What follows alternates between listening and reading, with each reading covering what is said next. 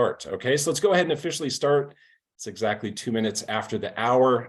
So how's everyone doing today? You guys doing good so far today? I'm doing great. I'm having a great Thursday. Life is good here in Fort Collins, Colorado. Thank you. Thank you so much for joining me here. Thank you for engaging with this webinar. It's my honor to host this here with you today. I'm so looking forward to it. So I'm Eric Thompson. I know most of you on this webinar. Some of you are just getting to know me, but in any case, that's who I am, and I'm so happy that you're here. This is a webinar called Convergence. We're going to talk about 3 dynamics at play that will have a big impact on the future of real estate. Yes, I will be sharing my screen in a moment. I'll be sharing my PowerPoint for you. We'll get to that in just a minute, but I wanted to first just give a little background and kind of set the stage. And I think a good way to set the stage is to ask you, you know, who feels right now, like show of hands, who feels a little beat up right now, right? Who feels at least a little confused? It feels like they're kind of done with the change. Like, you know, we've had enough change. Thank you. We've had enough uncertainty. Thank you. Who feels like the media, you know, these big media platforms, they're not necessarily helping matters. You know, they tend to shine a spotlight on negative news. They can sensationalize things, you know, all respect to the media, but sometimes they're not really helping us out here. And sometimes they prompt our clients to start believing certain things and asking certain things. And, you know, who feels a little worn out, at least a little worn out by that? You know, I'm guessing that a lot of you do. And here's the thing, I don't like that. All right. I don't like that for all of you. I don't like that for all my realtor friends. So that's why I put this together. I want to help you with that. I want to help you to feel more confident about this market in a very authentic way, you know, grounded in fact. I want you to feel much more clear about where things are headed. I want you to be able to pass on that clarity and confidence to your clients so that they feel more clear and confident in you and in your ability to serve them in the market, in the decisions that they want to make. You know, ultimately, I want our clients making really smart, informed decisions. I want you waking up every morning feeling really clear and confident about this industry, about this market and where it's going. And yes, for sure, we're facing a lot right now. Things are not easy right now. And so ultimately, I want to help you with that.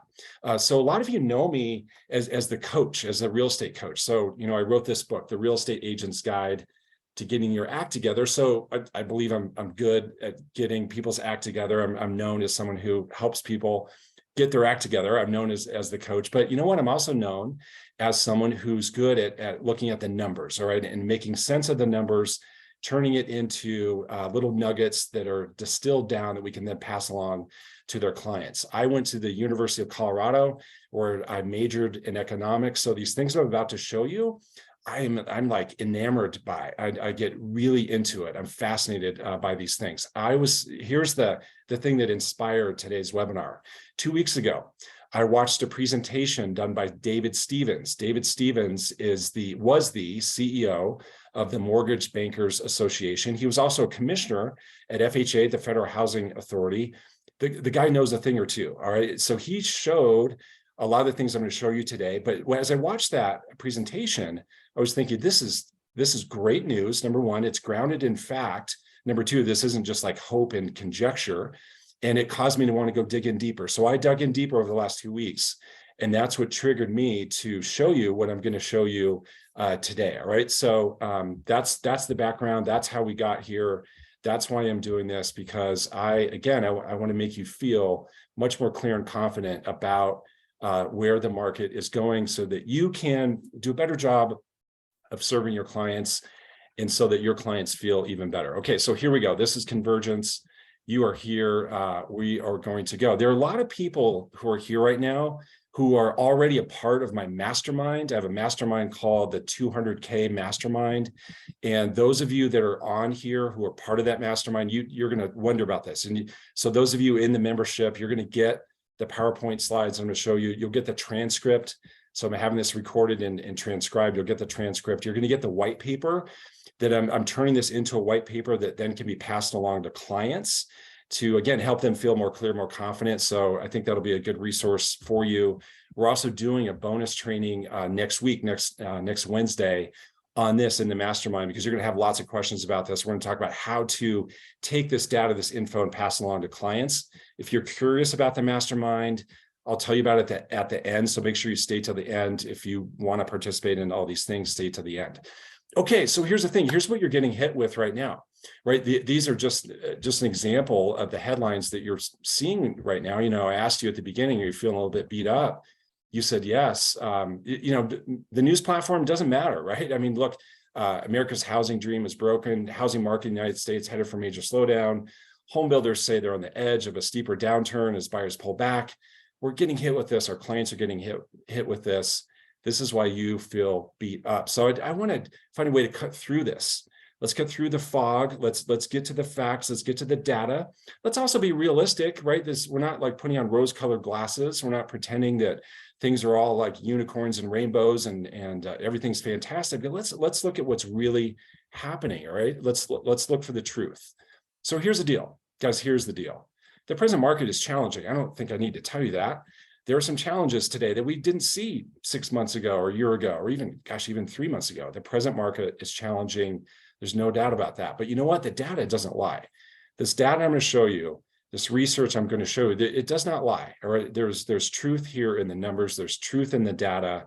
We're doing nothing more than just looking at the data and studying the research and looking at what the experts are saying.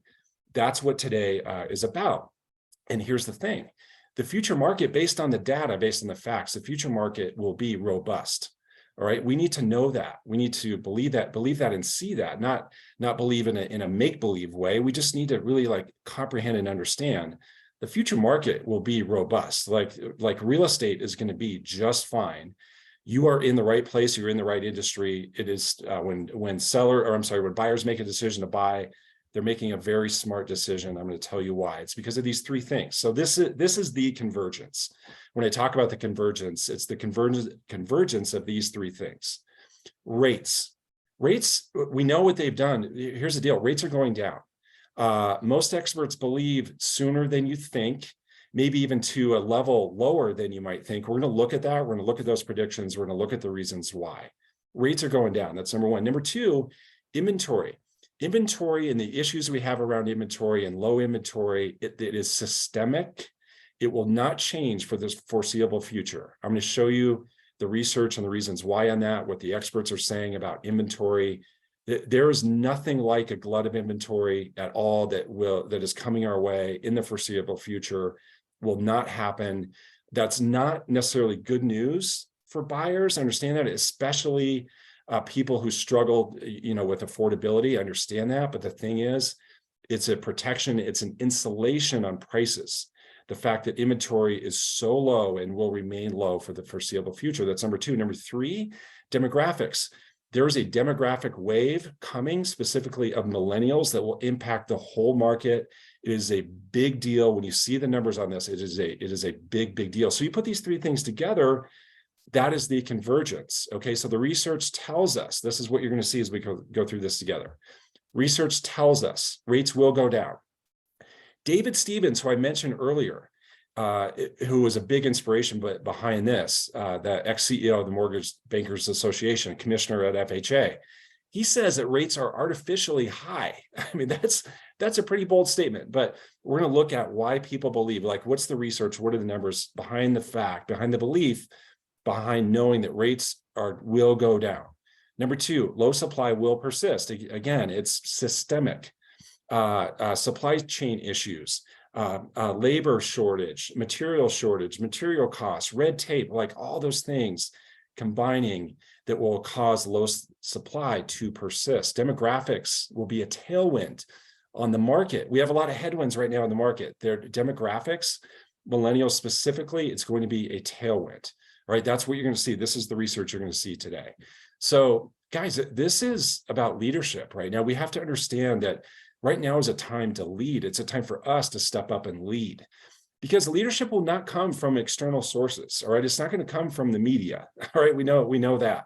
All respect to the media. It's not going to come from these other places. It's going to come from us. It's not going to come from the sidelines. And what I mean by that is we're not going to be able to lead if we're sitting on the sidelines, if we're sitting around waiting for the market to become more clear, for there to be much more certainty about the market.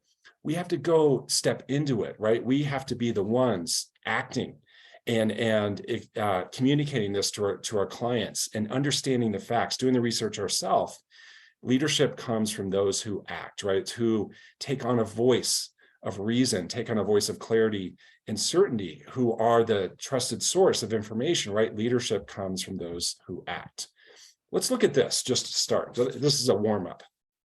By the way, you will see all different kinds of formats and styles of different graphs that I have, because these are screenshots and things I've taken from other websites, places that I really trust. Like, for instance, you see there at the bottom, this is from the Calculated Risk blog. If you enjoy this kind of data, this kind of information like I do, it's a wonderful place to go, calculatedriskblog.com. So what you're looking at is a history of transactions, all right, going back to 1994. So if we go back to 1994 up till today, how many transactions are occurring in the market? This is of existing homes, not new homes.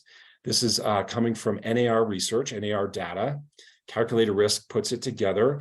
Each one of those points is a point in time where we're looking at the run rate. All right, so at that point in time, what is the run rate for the next 12 months of homes to be sold? So you can see there where it peaked.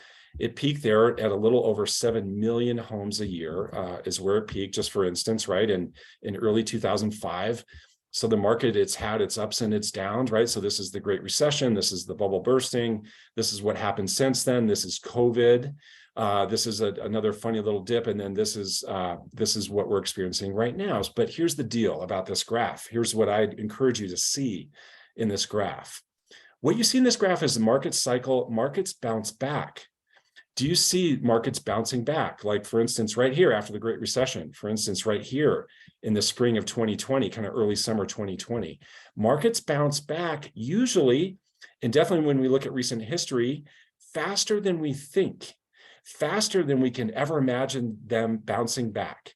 I think we can all relate to March of 2020. We all know what was going on in March of 2020 in the world and also in the real estate market. The market was shutting off. Many of us were forced to shelter in place. Many of us were told that we were no longer relevant, no longer even allowed to do our business, right? And so there we were, and many of us even wondered, will we ever sell another house? Oh my gosh, there we were in March, April 2020. But what happened? The market came roaring back. And those who were leading, even during the downturn, those who were still connecting with their clients and adding value and being relevant, those are the ones who benefited as the market came roaring back. Same goes back here. You know, I lived through this. I was in the real estate market back here. I was in the real estate market way back here too. But what we noticed is the market came back again, usually faster than we think. So the deal is, guys, this market will come back.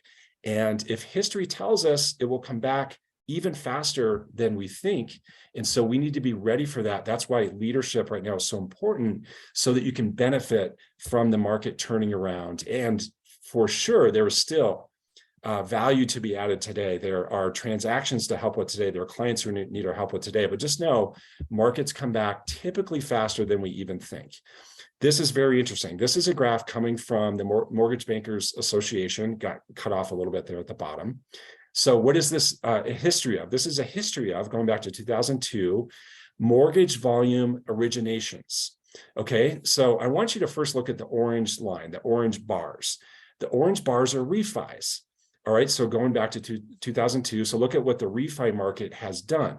So there are a lot of loan originators on this call, a lot of people in the mortgage industry on this call.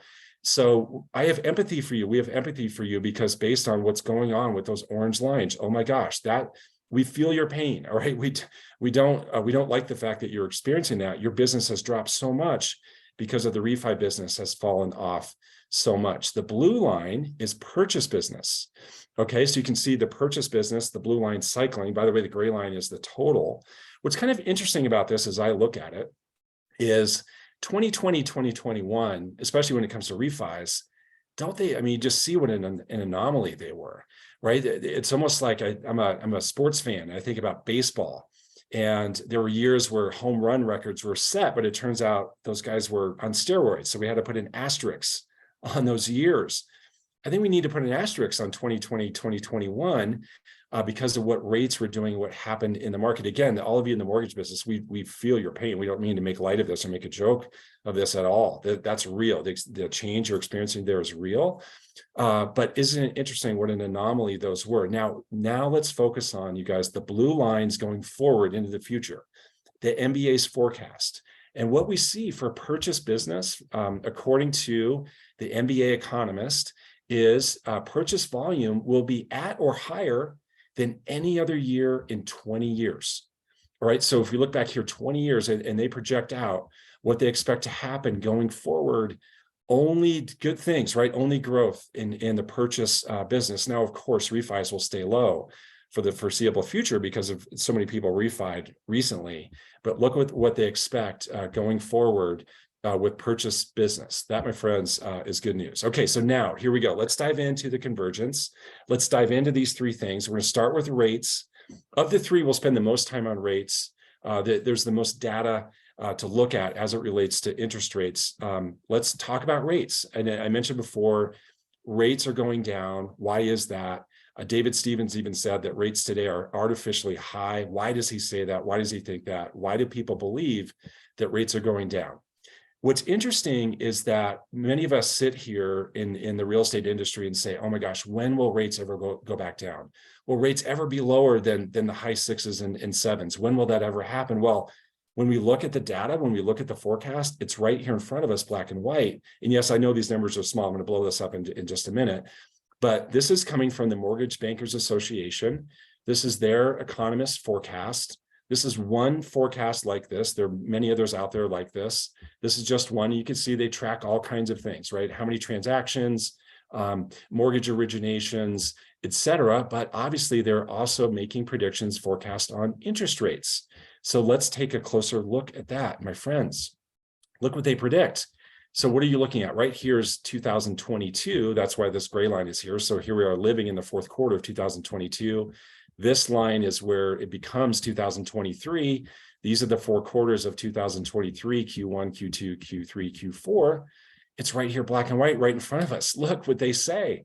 The Mortgage Bankers Association sees that rates will be back into the 5s by the second quarter. We'll be into, now below 5.5 by the third quarter, just over 5 by the fourth quarter. And then, even into the 4s, can you imagine, by the year 2024? But let's just focus on this. Let's focus on this. And you know what? There may be consumers out there that say, well, this is the forecast of the Mortgage Bankers Association. They would be self-serving in all of this. Well, you know what? Economists, they're in the business of being right. They're in the business of being accurate.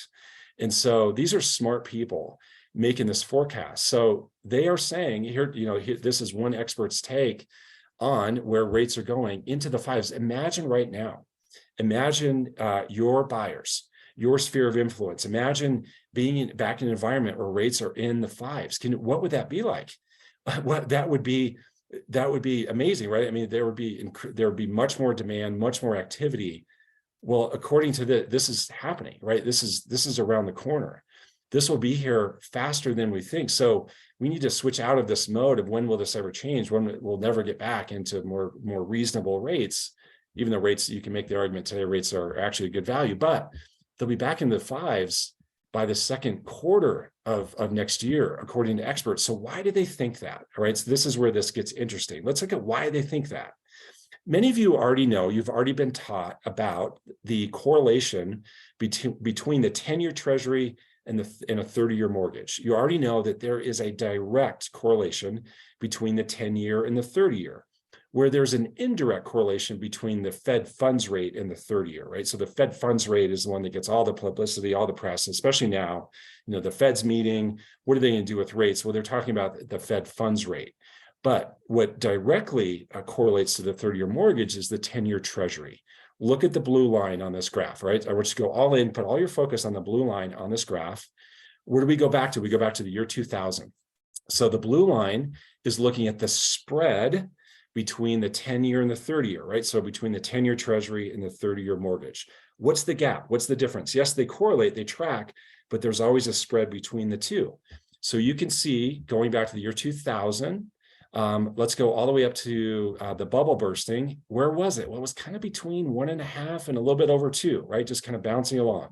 1.5, it got down, all the way down to 1.5 here, 2, stayed below 2, then whoops, got out of whack during the Great Recession, but then came back down. Where did it go again?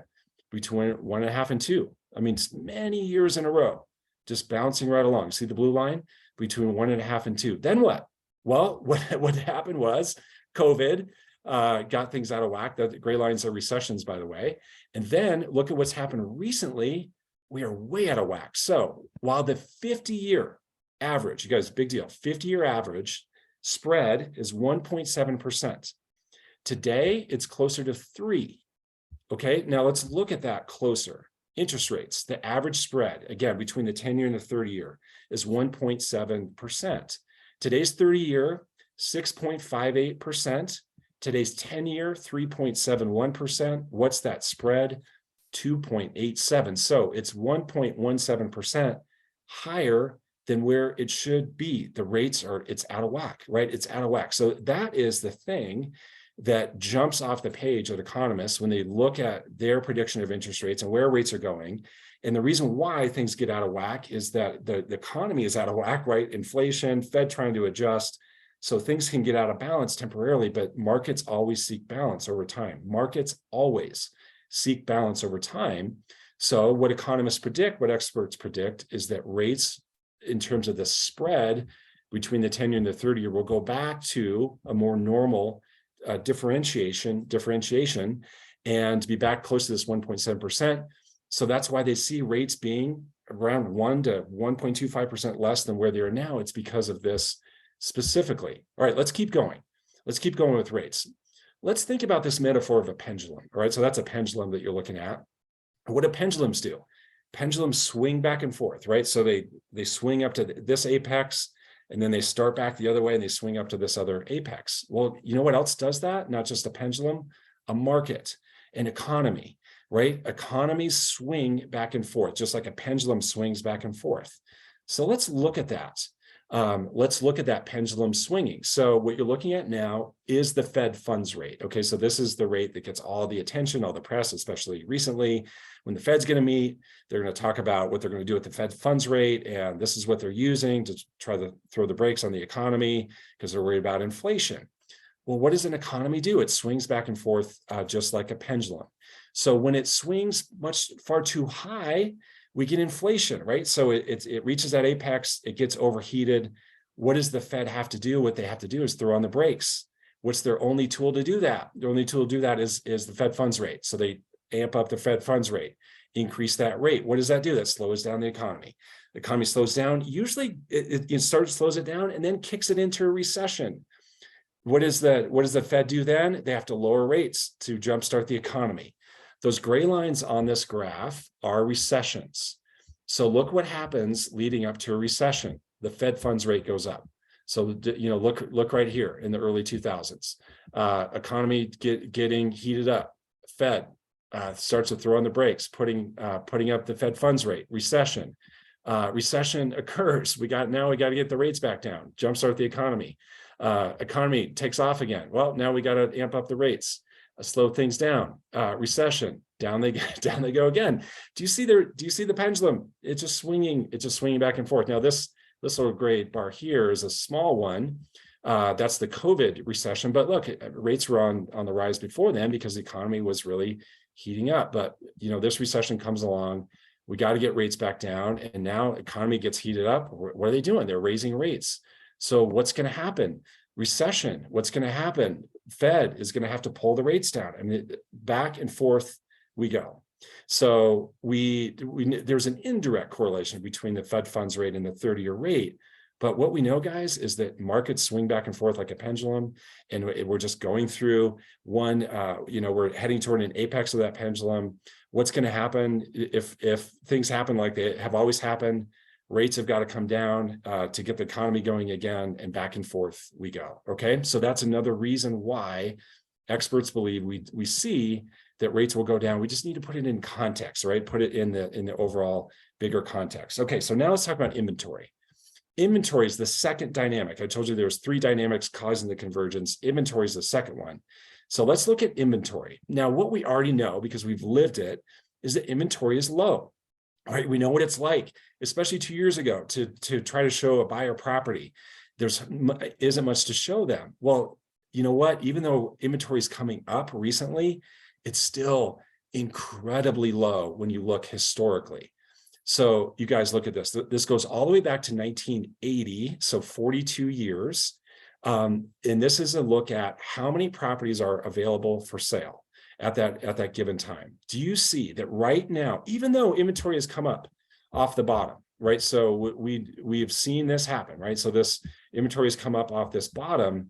Can you see that it's still incredibly low? I mean, just jumping off the page low, when you look historically speaking, going all the way back to 1980, there's about 1.2 million homes for sale on the market, where back in 2008, there were 4 million available homes for sale on the market. So we're like a quarter of that today. We're lower than it was in 2000, lower than it was in 1990, even though population is much higher, even though there are more homes that are out there now, more homes that have been built. Inventory is incredibly low when you look historically speaking. Now, let's look at the reason why behind that.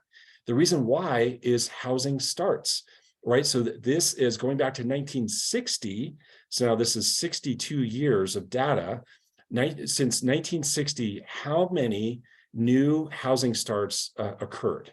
So we are starting today, even though starts have come up off the very bottom, after the bubble burst, even though it's higher than it was, but we're starting today the same number of homes that we were starting in like the early 90s, in 1980, in 1968, in 1960, even though there's millions and millions of more people that live in this country.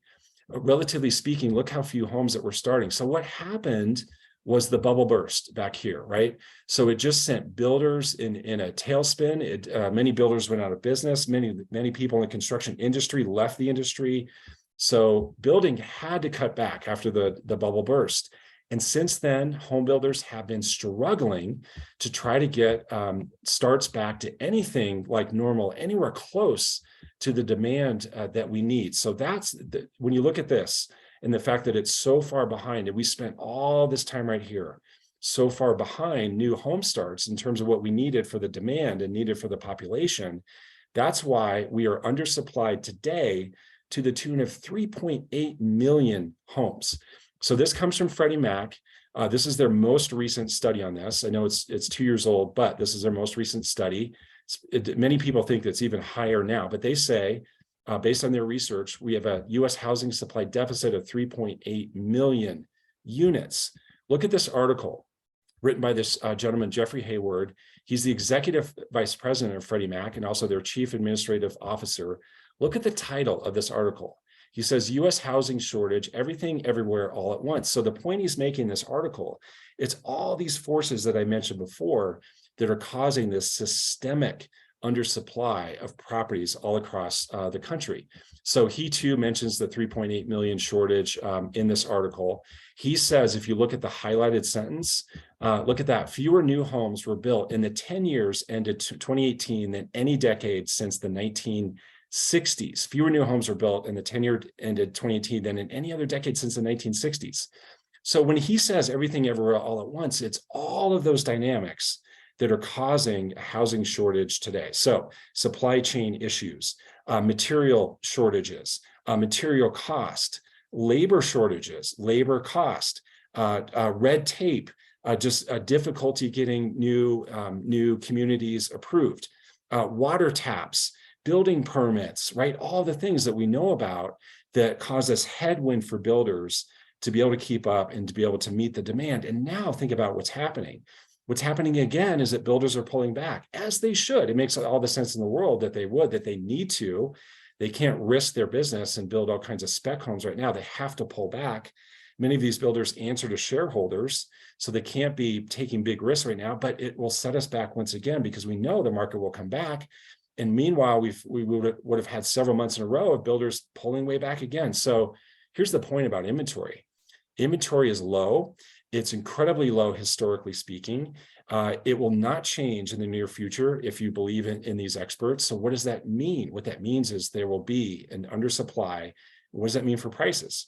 We always go back to the simple equation, supply and demand. Supply is constrained nationally. That has an effect on prices. It's like an insulation on prices. We feel for people who are affected by this from an affordability standpoint. We don't wish this on them. This is not good news for them, but this is just reality. These are the facts. It will absolutely impact prices and again, create this insulation of prices going forward. So now let's look at the third component here, demographics. Demographics is the third component. Here's the thing about demographics. Demographics are a force. Demographics are a force that just happens and you cannot hold back. I mean, it's like a wave. My family and I were on the ocean for Thanksgiving holiday.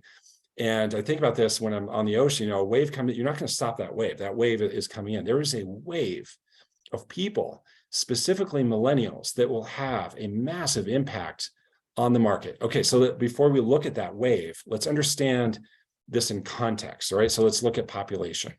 So we know there are different population groups and each group has a name. So for instance, there are the baby boomers. So my parents' age, born between 1946 and 1964, there's 70 million of them. We know about the baby boomers and the impact they had on the economy. The reason why the economy really roared in the early 2000s was because of the baby boomers and demographics and what they were doing shopping wise and what they were doing real estate wise.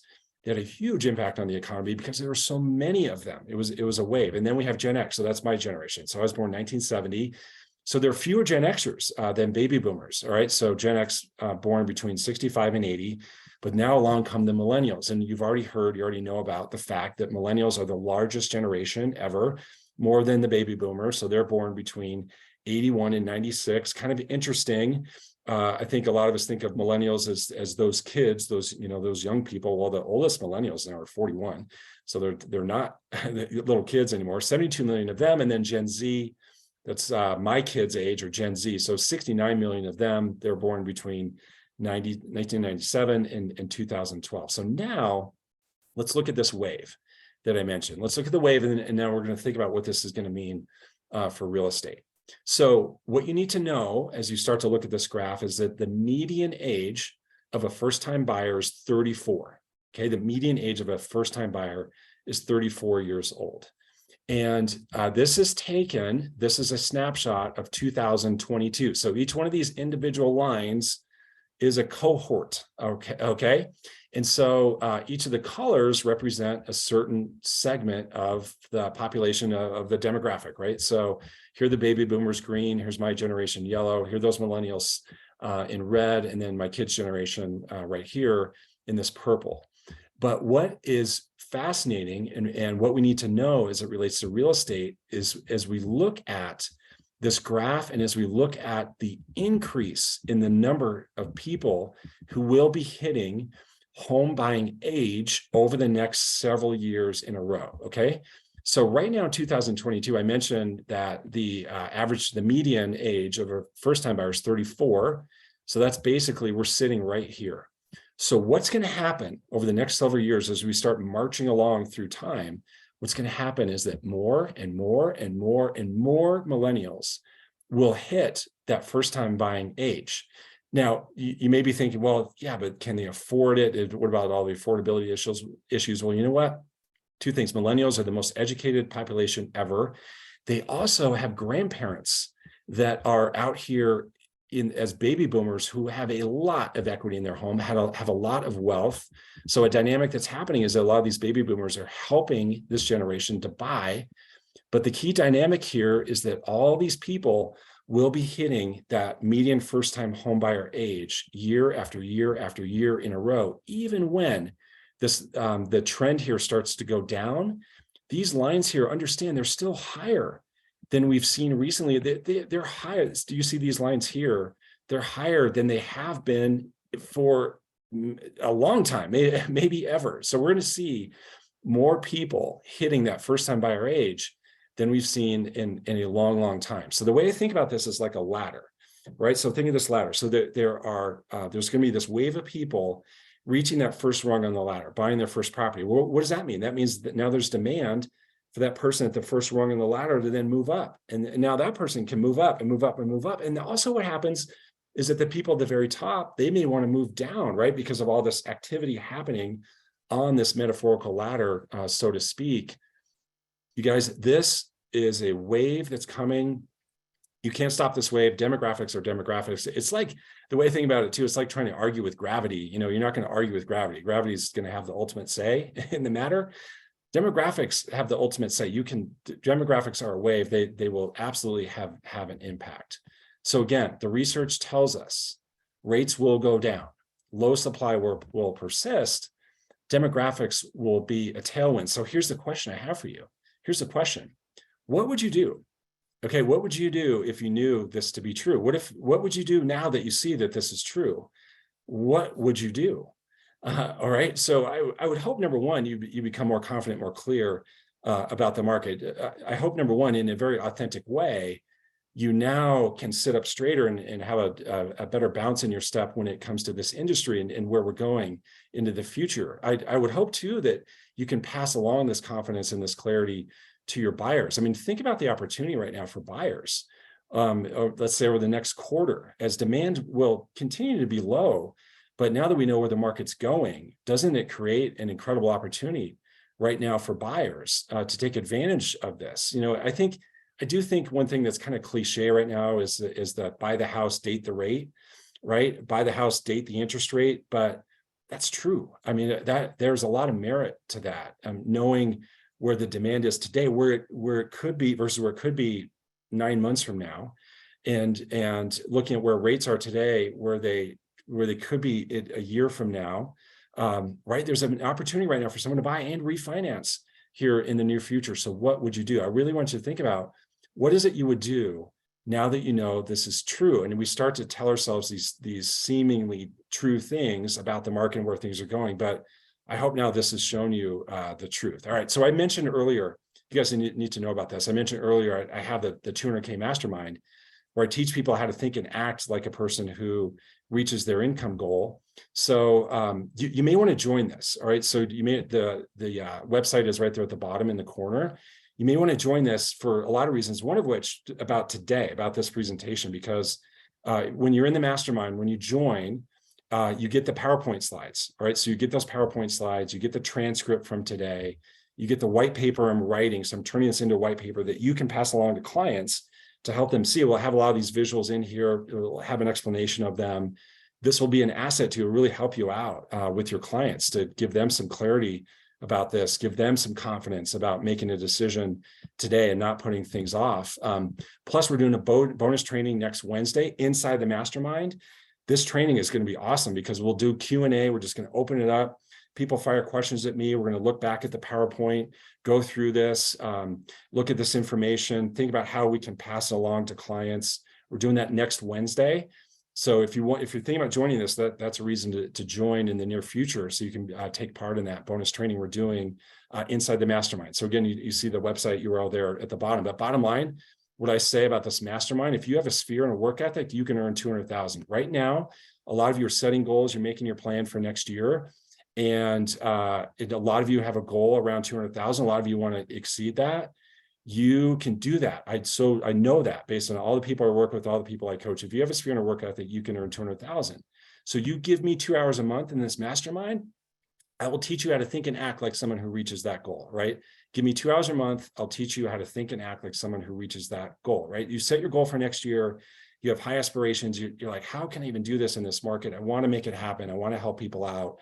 You give me 2 hours a month. I'm going to show you how to do that. So usually the problems that come up for people on their path to earn their income goal, number one, they don't know exactly how to do it. They sit there and say, all right, I want to do it, but how do I do it?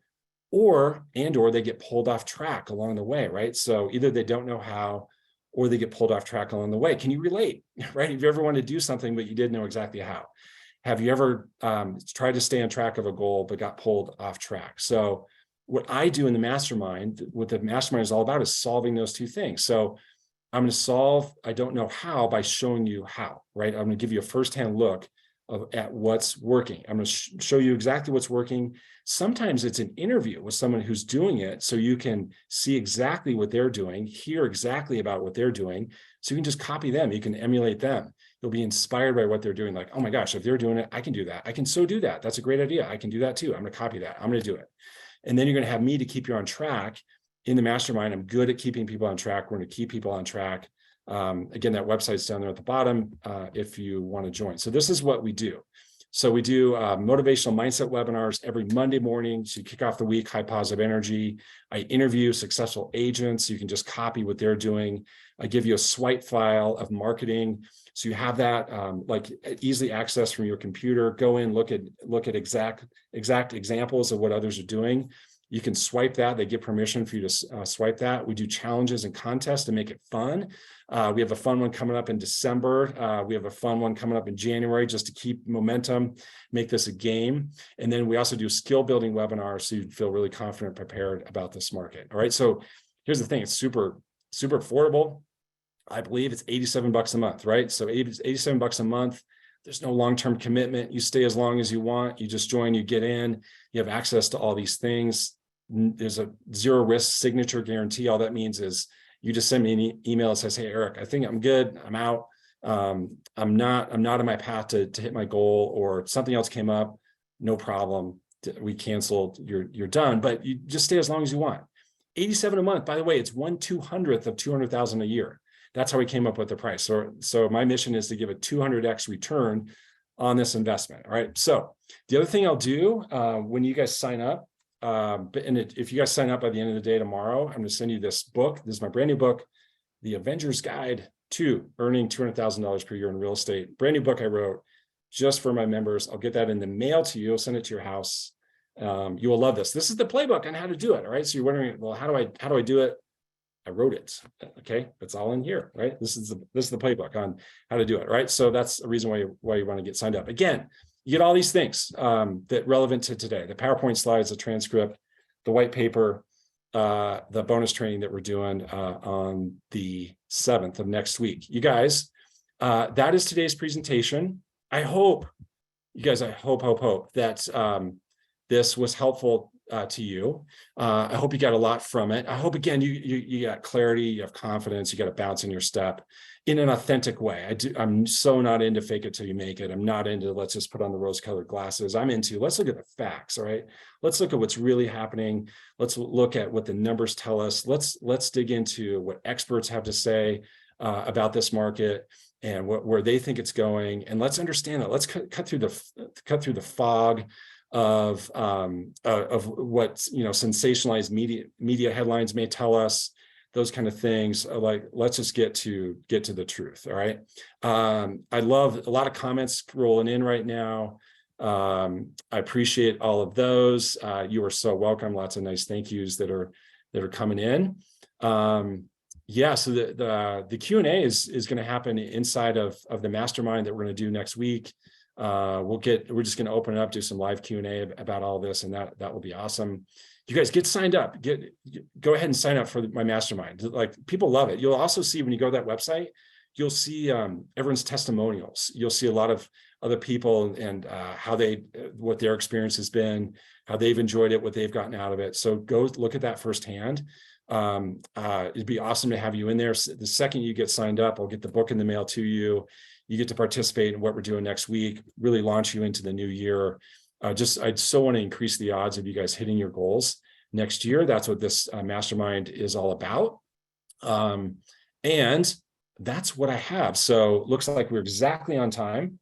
I was hoping for 45 minutes, and that's what we just hit.